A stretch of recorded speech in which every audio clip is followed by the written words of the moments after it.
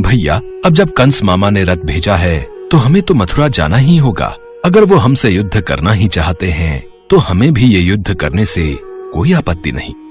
अवश्य, हम युद्ध अवश्य करेंगे। सारा वृंदावन इस बात से दुखी था कि कृष्ण के चले जाने से अब गांव सुनसान हो जाएगा। कौन अब गांव में लीला करेगा? अपनी मधुर बंसी से कौन सबका विचलित मन शांत करेगा? अपने कान्हा को जाता देख सभी दुखी थे, लेकिन कृष्ण की आंखें तो बस एक ही का इंतजार कर रही थी। सभी तो यहाँ हमें विदाई देने आए हैं, लेकिन राधा हमसे मिलने क्यों नहीं आई? क्या उन्हें ज्ञात नहीं कि हम यहाँ से जा रहे हैं? क्या जाने से पहले उन्होंने हमसे मिलना जरूरी नहीं समझा? हम स्वयं ही उनके पास जाएंगे। सबकी नजरों से बचते हुए कृष्ण राधा से मिलने गए। राधे, सभी हमें विदाई देने आए हैं, लेकिन तुम नहीं आई। क्या इसकी वजह जान सकता हूँ मैं? मेरा हृदय उन सब की तरह इतना मजबूत नहीं जो अपने कान्हा को जाते हुए देख पाऊं। भले ही आप हमसे दूर जा रहे हैं, लेकिन मन से आप हमेशा मेरे साथ ही रहेंगे। मैं तो हमेशा ही तुम्हारे साथ हूँ राधे। जाने से पहले मैं आपसे कुछ मांगना चाहती हूँ। क्या आप मेरी इच्छा पूरी करेंगे? मांगो राधे, क्या मांगना चाहती हो? हमें वचन दीजिए कि हमारे हृदय में हमेशा केवल आपका ही वास रहेगा और हमारी मृत्यु से पूर्व हमें आपके दर्शन अवश्य होंगे। हम वचन देते हैं, लेकिन हम भी आपसे एक वचन चाहते हैं। कैसा वचन? हमारे जाने के पश्चात आप हमारे विलाप में एक भी आंसू नहीं बहाएंगी। हम पूरी कोशिश करेंगे। इसके बाद कृष्ण मथुरा नगरी चले गए, जहाँ पहुंचकर उन्होंने कंस के साथ साथ सभी राक्षसों का भी वध किया और साथ ही अपने माता पिता वासुदेव और देवकी को भी मुक्त करवाया। इसके बाद श्री कृष्ण ने द्वारका की ओर प्रस्थान किया, जिस कारणवश उनका नाम द्वारकाधीश भी पड़ा। कुछ साल बाद उनका विवाह रुक्मणी से और सत्यभामा से हो गया। इसके साथ ही श्री कृष्ण की 16,108 रानियां थी, लेकिन उन सब में से रुक्मणी उनकी सबसे प्रिय पत्नी थी। श्री कृष्ण से विवाह हेतु रुक्मणी अपने भाई रुक्मी के विरुद्ध चली गई थी और कृष्ण जी से भागकर शादी कर ली थी और सुखपूर्वक अपनी जिंदगी कृष्ण के साथ बिताने लगी। उधर वृंदावन में राधा का विवाह भी यादव से हो गया।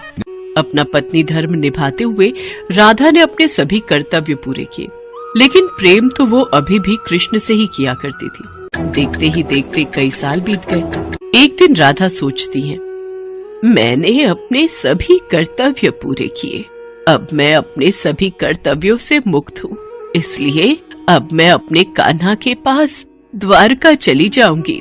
सारे कर्तव्य भली भांति पूरा करने के पश्चात राधा अपने प्रियतम की नगरी द्वारका पहुंच गई। जब कृष्ण ने राधा को देखा तो वो बहुत प्रसन्न हुए। द्वारका में राधा को कोई नहीं पहचानता था, जिस वजह से राधा ने कृष्ण से अनुरोध करके उनको अपने महल में सेविका का कार्यभार देने के लिए कहा। प्रभु, मुझे अपने महल में सेविका का कार्यभार सौंप दीजिए। मैं इस महल में रहकर भली भांति यह कार्य कर लूंगी। जैसी आपकी इच्छा। राधा महल में रहकर ही अपना कार्य सही तरीके से करने लगी और मौका मिलते ही कृष्ण को चुपके से देख लिया करती थी। एक दिन अपने महल में सो रहे कृष्ण रात को नींद में कहते हैं, राधे राधे श्री कृष्ण राधे, राधे राधे श्री कृष्ण राधे। उनके मुख से राधा का नाम सुनकर रुक्मणी को बहुत बुरा लगता है। अगले दिन वो कृष्ण से पूछती है, स्वामी, आप कल सारी रात स्वप्न में राधा का ही नाम ले रहे थे, आखिर ऐसी क्या खास बात है उस राधा में? रुक्मणी, तुम एक बार राधा से मिलकर आओ, उनकी खासियत तुम्हें अपने आप पता चल जाएगी। ठीक है, फिर तो हम अभी उनसे मिलकर आते हैं। किंतु वहाँ जाने से पहले उनके लिए कुछ लेती हुई जाना। अवश्य। इसके पश्चात रुक्मणी राधा के लिए गर्म दूध का एक गिलास लेकर जाती है। राधा के महल में पहुंचने पर द्वार पर तेज प्रकाश चेहरे के साथ एक महिला खड़ी होती है। क्या तुम ही राधा हो? नहीं, मैं तो उनकी दासी हूँ। राधा तो 7 द्वार पार अपने कक्ष में आराम फरमा रही होंगी। इसके बाद रुक्मणी वो 7 द्वार पार कर राधा के कक्ष में पहुंच जाती है। अभी इन्हें सोने दीजिए महारानी। राधा कई रातों से श्री कृष्ण के नाम का जप कर रही है और इन्हें बड़ी मुश्किल से अब नींद आई है। श्री कृष्ण ने मुझे राधा से मिलने के लिए भेजा है। इतने में राधा उठकर बैठ जाती है और कहती है, कृष्ण ने मुझसे मिलने के लिए किसी को भेजा है? ये देख रुक्मणी हैरान रह जाती है। केवल श्री कृष्ण का नाम लेने भर से ही आप जाग गई? खैर, उन्होंने आपके लिए यह प्रसाद भेजा है। मेरे लिए प्रसाद? राधा बिना सोचे समझे ही वह गरम गरम दूध पी लेती है। रुक्मणी ये देखकर हैरान रह जाती है। फिर कुछ देर तक राधा से बात करने के बाद रुक्मणी वापस अपने महल में चली जाती है। रात के समय जब रुक्मणी कृष्ण जी के पैर दबा रही होती है तो वो देखती है कि उनके पैरों में छाले पड़े हुए हैं, जिसे देखकर वो हैरान रह जाती है और कृष्ण जी से पूछती है, स्वामी, आपके पाँव में ये छाले कैसे? आप कहाँ पैदल गए थे जो आपके पाँव में छाले पड़ गए? आपने गलती से राधा जी को गर्म दूध पिलाया था, जिसे राधा एक ही बार में पी गई थी, जिससे उनके हृदय में छाले पड़ गए हैं और उनके हृदय में हमेशा मेरे चरण कमल विराजमान रहते हैं, जिस वजह से मेरे पांवों में भी छाले पड़ गए हैं।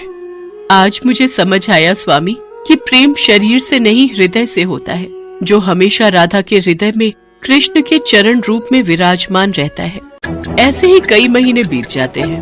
अब राधा कृष्ण के साथ पहले की तरह आध्यात्मिक जुड़ाव महसूस नहीं कर पा रही थी, जिससे परेशान होकर राधा सोचती है, कान्हा से मिलने के बाद मुझे वो पहले जैसे प्रेम का आभास क्यों नहीं हो रहा? मुझे वो प्रेम का आभास और जुड़ाव की कमी क्यों लग रही है? कान्हा, जो दूर होकर भी मेरे हृदय के करीब थे, आज वो इतने पास होकर भी मेरे पास क्यों नहीं लग रहे? ना जाने क्यों, पर मुझे उस प्रेम की अनुभूति क्यों नहीं हो रही, जो इतने सालों से मुझे मेरे कान्हा से अब तक जोड़कर रख रही थी। दिन रात इस दुविधा में रहने के बाद राधा ने द्वारका का वो महल छोड़ने का निश्चय किया और वहां से चली गई। और इसकी अनुभूति कृष्णा को भी हो गई और वो उसके पीछे पीछे जंगल की ओर चल दिए। राधे, क्या हुआ राधे? मैं अब इस संसार का भाग नहीं बनना चाहती कान्हा। राधे, पर तुम्हारे बिना मैं क्या करूंगा? अब मैं आपके भीतर विलीन होना चाहती हूँ। मैं तुम्हारी भावनाओं की कद्र करता हूँ। बोलो, क्या इच्छा है तुम्हारी? कान्हा, मैं अपने आखिरी पलों में बांसुरी की वही धुन सुनना चाहती हूँ जो तुम सिर्फ मेरे लिए बजाया करते थे। उदास मन और आंखों में आंसू लिए कृष्ण बांसुरी की वही धुन बजाते हैं जिससे राधा सुनना चाहती थी। श्री कृष्ण ने दिन रात बांसुरी बजाई जब तक राधा आध्यात्मिक रूप से कृष्ण में विलीन नहीं हो गई। बांसुरी की धुन सुनते सुनते राधा ने अपने शरीर का त्याग कर दिया और सदा सदा के लिए अपने कान्हा में विलीन हो गई। राधा के शरीर त्यागने के बाद रोते हुए कृष्ण जी ने कहा, राधे, तुम और तुम्हारे प्रेम की याद सदा मेरे दिल में रहेगी। अब जब तुम ही नहीं रही तो इस बांसुरी का मैं क्या करूंगा?